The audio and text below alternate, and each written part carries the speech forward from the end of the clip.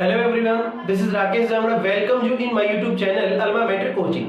आज इस वीडियो में हम बात करने वाले हैं कल जो हरियाणा कांस्टेबल फीमेल दुर्गा शक्ति का जो है रिजल्ट अनाउंस हुआ था, उसमें बहुत सारे बच्चों का जो है वेटिंग के अंदर नाम आ रखा है।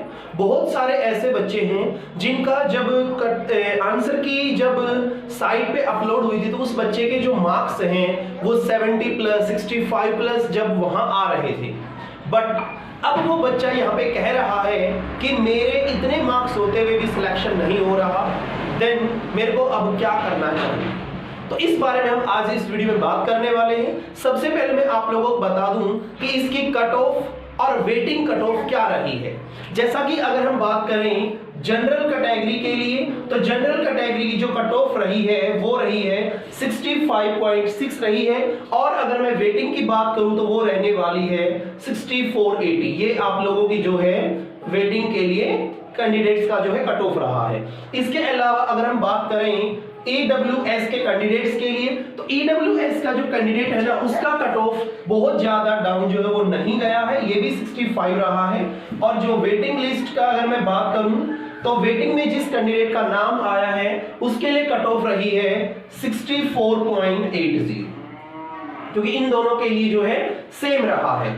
इसके अलावा अगर हम बात करें BCA के लिए, तो BCA का कट ऑफ इसमें हमारे पास रहा है 62.60, और अगर मैं वेटिंग की बात करूं तो ये आप लोगों का रहा है 61.80।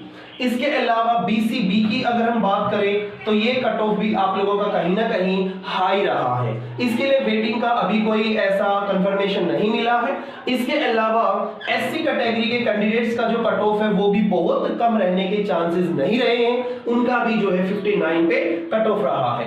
इसी तरह अगर इनमें भी मैं अगर वेटिंग की बात करूं तो इसके लिए रहा है 58.6।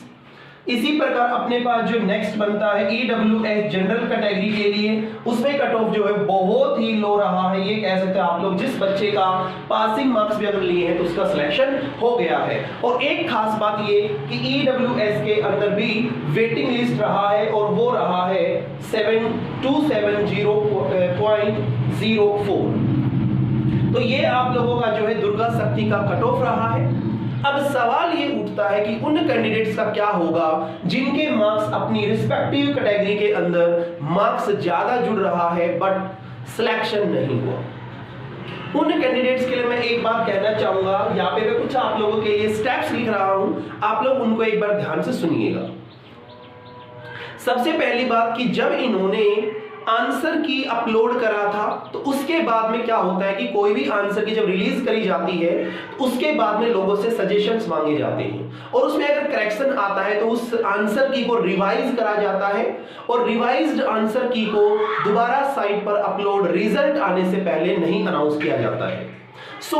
आप लोग पहले ये कंफर्मेशन करें कि आपके जो मार्क्स ऐड हो रहे हैं, जो आपके मार्क्स जुड़ रहे हैं, क्या वो रियलिटी में आप लोगों के इतने मार्क्स आए हैं, या फिर रिवाइज जो किसी बच्चे ने अगर ऑब्जेक्शन लगाया है तो उसके बाद में उसकी जो फाइनल कट ऑफ है उसके हिसाब से क्या आंसर की में रिजल्ट या रिस्पॉन्स रहा है। तो हो सकता है आप लोगों ने उस टाइम पे कुछ नंबर ऐड करे, 67 आए हो, रिवाइज आंसर की में आप लोगों के 2 से 3 मार्क्स अगर कट गए होंगे तो आप लोगों का इसमें सिलेक्शन नहीं हुआ है। अगर इन द केस आप लोग ये जानना चाहते हैं कि सर मेरा रियलिटी में मार्क्स कितने आए हैं, उसके लिए आप लोग क्या करेंगे, आप लोग HSSC के जो है ऑफिस में जाएंगे, और वहां पे आप लोग जाने के बाद में आप लोगों से एप्लीकेशन लिखवाया जाएगा, और वो एप्लीकेशन लिखवाने के बाद हो सकता है आप लोगों को 2 या 4 घंटे का रेस्ट करने के लिए बोला जाए और इवनिंग टाइम में आपको आंसर की दिखा दी जाए। बट ऐसा हो पाना इम्पॉसिबल सा काम है, सेम डे ऐसा काम नहीं होगा। आप लोगों के हो सकता है बाद में आप लोगों को फोन के माध्यम से आप लोगों को बता दिया जाएगा।